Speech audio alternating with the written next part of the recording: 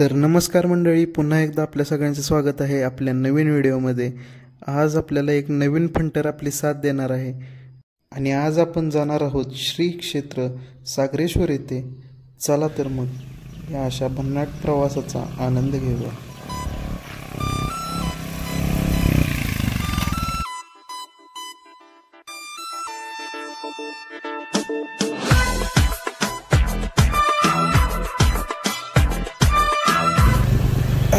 तर आपण निघालोय सागरेश्वरला। आता आपण इस्लामपूरमध्ये पोहोचलेलो आहे आणि इस्लामपुरातनं सागरेश्वर जवळपास 17 किलोमीटरच्या अंतरावर आहे।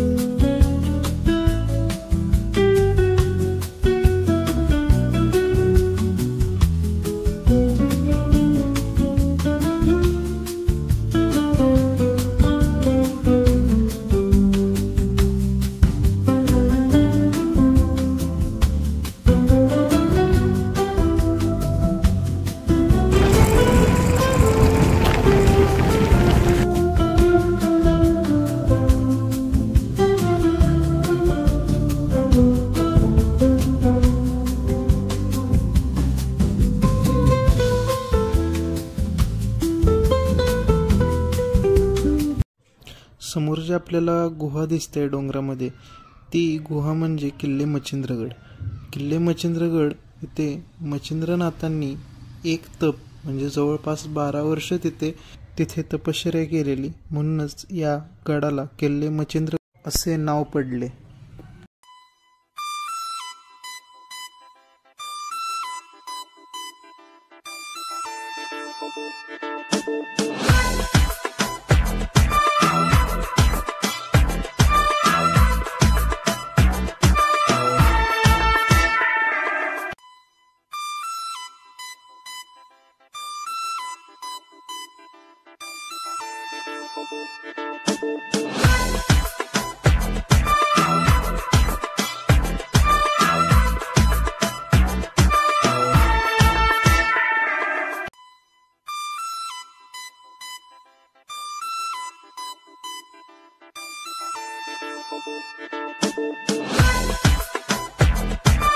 तर आता आपण सागरेश्वर मंदिराबद्दल थोडीशी माहिती घेऊया।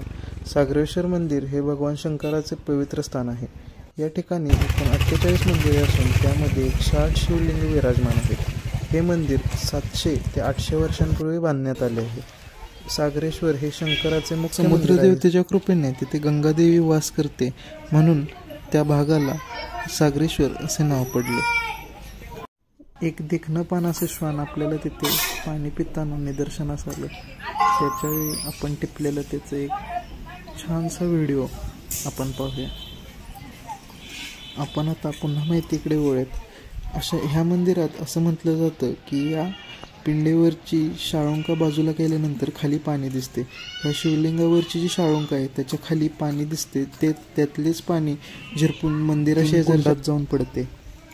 मंदिराच्या परिसरात अन्य देवदेवतांची मंदिरेही आहेत। तिथे अंबाबाई, उजव्या व डाव्या सोंडीचा गणपती, कार्तिक स्वामी, कर्कट स्वामी, काशी विश्वेश्वर, रामेश्वर, सोमेश्वर, त्र्यंबकेश्वर, भीमेश्वर, सत्यनाथ, ओंकारेश्वर, वीरभद्रेश्वर, विठ्ठल रुक्मिणी, नंदिकेश्वर, केदारेश्वर, सत्तेश्वर, सिद्धेश्वर, धोपेश्वर आदी ज्योतिर्लिंगांच्या मंदिराबरोबरच इतर देवतांची मंदिरे पाहता येतात। हीच ती 3 कुंडे जिथे शंकराच्या पिंडी खालून पाणी येते।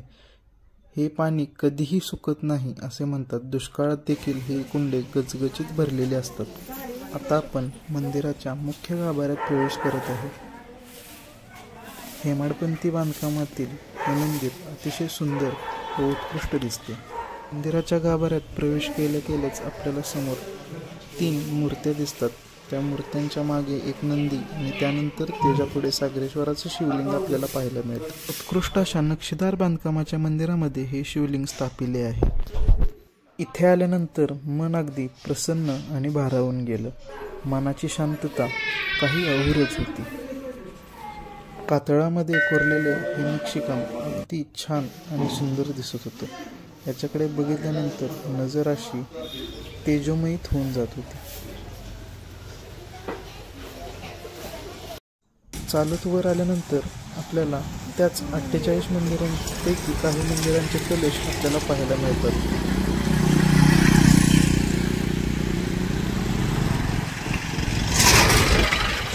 मंदिराच्या कलशाचे दर्शन देखील इथून घेता येते. मुख्य मंदिराचा कलश अगदी डौलदार.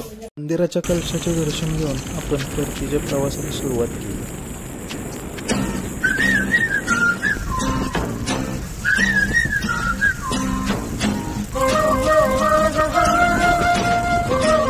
चला आता आम्ही नाश्ता करून घेतो, तुम्ही सबस्क्राईब करा.